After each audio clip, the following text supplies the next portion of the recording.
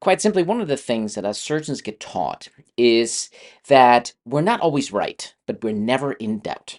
Hello, and welcome back to successWerk, the Success Factory. My name is Felix Becker, and I am your own success coach on this journey we call life. One of the questions I keep asking is it success works or successWerk? What is it? Well, it's Werk. Werk is a German word that means factory. Hence, successWerk is the success factory. I was trying to influence my company name a little bit with my German heritage. So that's where that came from. Werk meaning factory, successWerk is the success factory. And I'm, of course, your very own success coach here at successWerk. Now, one of the things that you may have seen in the last few months is I have changed some of my online profiling, my branding, to say that I coach with surgical precision. And I feel like there's been some confusion about this because I don't just coach surgeons. And that's one of the questions that somebody asked me recently was, do you only coach surgeons? No, the answer is no. I don't only coach surgeons. I am a surgeon by training. I spent 14 years in a variety of school settings to become a trauma surgeon. And so I am a surgeon by training, and I'm utilizing some of the tenets that I learned in my own surgical career now in my coaching practice. So, surgeons could be coached by me if they so chose, but what I found is that surgeons make some pretty difficult coaching clients. And the reason I think for that is quite simply one of the things that us surgeons get taught is that we're not always right, but we're never in doubt. Now, where does that come from? It builds confidence. It builds decision-making abilities. And if you think about a patient in the operating room and the surgeon is operating, it's not a great place for the patient to be. It's a great place for the surgeon, but not a great place for the patient to be. And if you're operating and something happens that was maybe unforeseen or something that you weren't able to plan ahead for, you have to make a decision very quickly in order to get the patient through that operation quickly and safely. For example, if you take a very simple operation, right, taking the appendix out, there's a very tiny artery that feeds the appendix. It's very easily tied off with some suture or clipped so it doesn't bleed inside the abdomen. Well, if the appendix is very inflamed, you have a very advanced case of appendicitis potentially. Sometimes it's difficult to see that artery, and you might inadvertently cut through it before you have a chance to control it and clip it off. So now what's happening is you're staring at an artery that's bleeding right in front of you. Your belly's filling up with blood. Now, it's not a big artery. You do have a little bit of time to figure this out and clean things up and get things controlled. But ultimately, you do want to get a tie or a suture or a clip onto that artery. Well, the faster you act, the better, right? The less blood loss the patient experiences, the easier the operation becomes because not everything is bloodstained. So it's one of those tenets where you're not always right, but you're never in doubt. In that situation, you were not in doubt about taking the appendix out, but maybe your approach wasn't the best approach because now you had this little curveball thrown at you by severing that appendiceal artery. So surgeons do need coaching. And Atul Gawande had a TED Talk on that a few years ago. If you want to look that up, it's a fantastic TED Talk. Atul Gawande's TED Talk on coaching in the surgical world. But no, I don't coach just surgeons. What do I mean by surgical precision coaching? Well, there's three things I was always taught surgeons did. Three things. Take out the bad stuff, hook up the good stuff, and stop bleeding. So those are the three tenets that I now incorporate into my coaching practice with my clients. First, we're going to take out all the bad stuff, all that negative mindset, that negative self-talk, all this stuff that doesn't work for you. Maybe that's your job, maybe that's people in your life.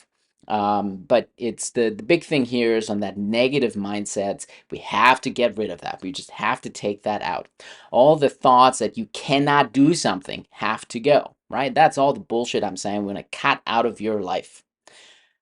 Following that, we're going to hook up the good stuff. So that's your positive mindset, all the positive self-talk, the dreams and aspirations that you have. Where are your passions come from? What are your strengths in life? What do you actually want to do? What do you actually want to accomplish? What are your goals? Can we set good goals and make a plan on how to get there? That's what I mean by hooking up the good stuff. right? So we're going to take all the negative stuff out. We're going to hook up all the positive stuff, all the little aspects in your life that are scattered all over, that are maybe not even in a comprehensive whole yet. I'm going to put all those things together to create something better. We're going to hook all the good stuff up. And then finally, we have to stop the bleeding, all the stuff that drains you of energy. Now, that could be something as simple as social media influencers, right? Maybe you have to cut your time with your screens in order to have more happiness, more positivity. Maybe it is your job. Maybe we have to figure out a way to change your job or change how you work so that you're not drained. And that's one of the things in my own life when I was still working as a surgeon.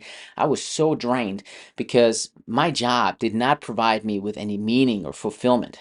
Sometimes it would take me easily 1, 2, 3 hours after coming home from work before I recuperated myself and got my energy back because the job was so draining on me, emotionally draining, physically draining, mentally draining. So sometimes it's a job that we have to change or change a career path altogether.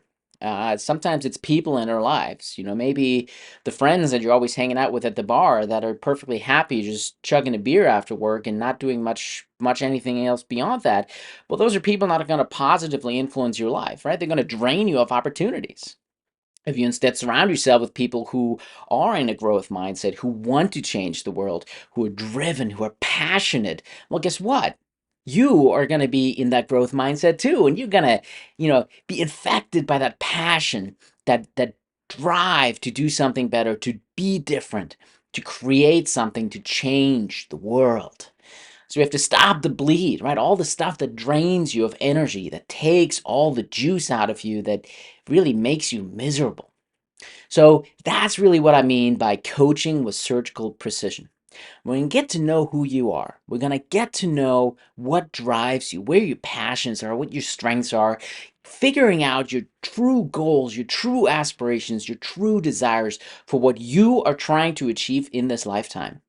And then we're going to use these surgical tenets of taking out the bad stuff, right? Taking all the negativity out, hooking up all the good stuff, connecting all the positive dots in your life, and stop the bleed. Cut out all the stuff in your life that is draining you of energy and not helping you propel yourself forward into the future, into something better, and into a better version of you. So, yes, I coach with surgical precision using those tenets. I don't only coach surgeons. Lately I've been focusing a lot on introverts. I'm an introvert myself, especially if you look at Simon Sinek's definition, which I think is one of the most comprehensive definitions for introverts. And just to summarize, what Simon says is introverts get drained of energy when they interact with other people. Extroverts get energized by interacting with other people. And I can tell you, even with all the conversations that I'm having on this podcast, which are absolutely mind blowing, they're stunning conversations. I'm really meeting some incredible people who do some amazing work, and I'm having a ton of fun getting to know these people for who they are and what they do and how they're trying to change the world. But let me tell you, I am drained. My energy is gone after those conversations. And you don't get to see that on the podcast. You only get to see the final version, but you don't get to see me afterwards really having to rest and recuperate myself because those interactions are just so draining.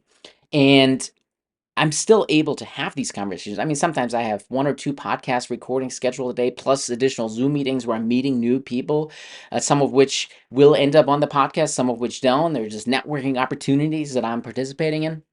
But these networking opportunities are so important for success in life, right? I get to meet some incredible people with it that provide me with value, and I provide them with value, and we have a great relationship.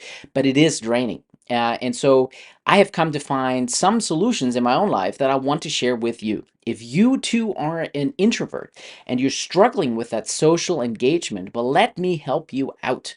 Right? I just recently created the Rise Above program, designed specifically for introverts to grow out of their shell and to become extraordinary. Because, and here's the big thing, I think introverts make the best leaders, and I want to empower more introverts to become better leaders. Because that's the big thing that we're really missing in this world are good leaders. If you look at most of the problems at work in our life, A lot of the cultural phenomena that we see are influenced by leadership. And if we had better leadership, we had a better cultural environment, and things like burnout wouldn't happen as much at work. Job dissatisfaction wouldn't happen as much. We would be much happier and fulfilled by having other people support our growth, support us getting better and advancing our career, our lives, and working towards a better version of ourselves.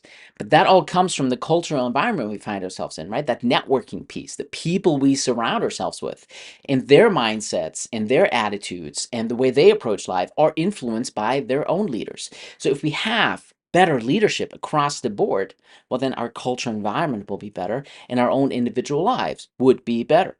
And so introverts, I think, make the best leaders for a variety of reasons, right? Because they don't want attention on themselves. They're going to put the spotlight on other people. That's actually the sign of a great leader. Hey, not taking the spotlight on yourself, but helping other people take credit for a job, helping other people grow themselves.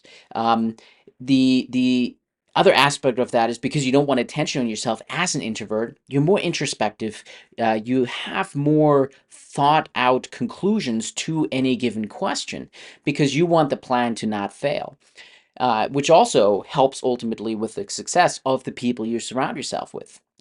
Because introverts too, they're able to tend to be more reserved and really take in the environment, take in all the people, and really study them for who they are and what they do, and how to interact with them. They make fantastic leaders because their empathetic response, their emotional quotient is so much better.